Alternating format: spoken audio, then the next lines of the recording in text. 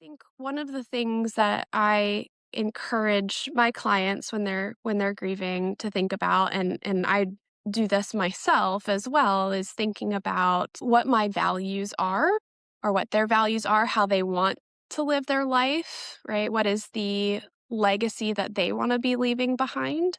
And maybe part of that story is how they can honor their loved one's legacy at the same time, right?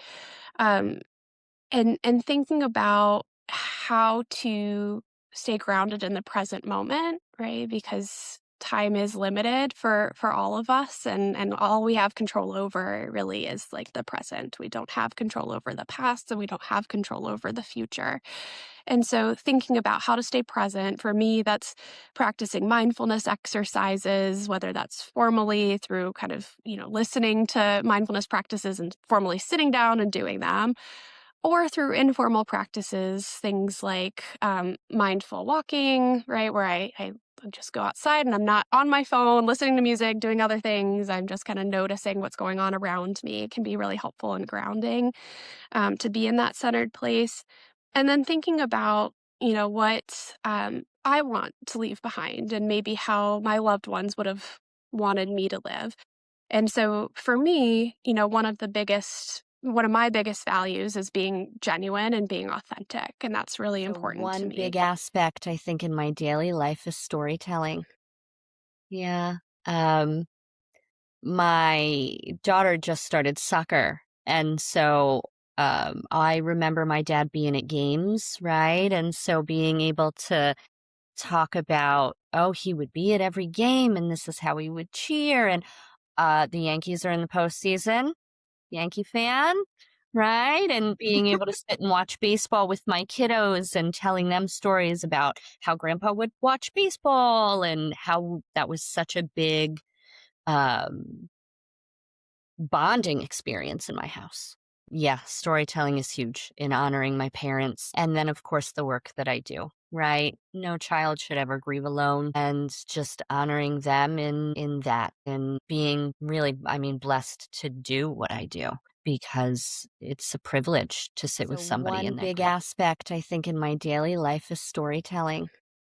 Yeah. Um, my daughter just started soccer, and so I remember my dad being at games, right? And so being able to talk about, oh, he would be at every game, and this is how he would cheer, and the Yankees are in the postseason.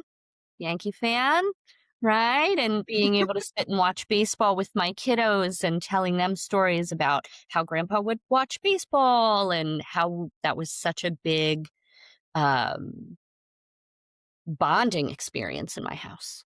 Yeah, storytelling is huge in honoring my parents. And then, of course, the work that I do, right? No child should ever grieve alone, and just honoring them in that, and being really, I mean, blessed to do what I do because it's a privilege to sit We with have for my somebody in that grief. grandma is the QR code on the back of her stone. So instead of just seeing her gravestone at St. Anthony's Cemetery, on the back there's a big QR code that you could scan and look at the thread that my cousins, aunts, and uncles and myself created, like a video and photo log, putting in journals about what she was like. My sister added her recipe. So it's kind of cool. So instead of just seeing a name etched on the stone, with the current media and technology, you could go further. So when my daughter's old enough to scan that, she'll learn more about her Mimi in heaven, we say. So that's special. And ways that I honor my grandma, my sister and I have her recipe, and we are making her sauce, trying to continue Sunday dinners as much as we can with the family, our cousins that are Only close here for by. such a brief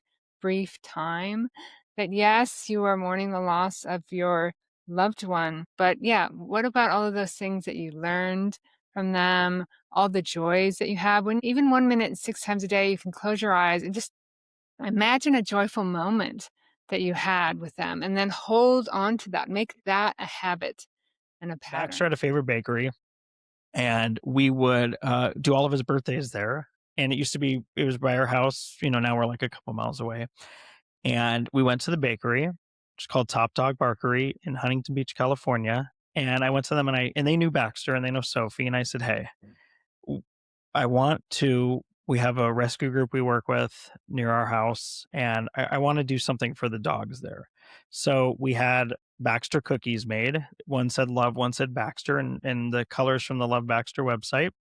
And they were Baxter's favorite cookies. So we had those made. We went to the shelter and we just spent a couple hours with dogs, playing with them, giving them Baxter cookies, doing some donation stuff. And, there's a lot of cats there. And our cat Nala was Baxter's best friend other than me. And we brought a bunch of churu sticks, and my wife just like sat in the cat room and was just like covered in cats, giving them all this treat. But it was great.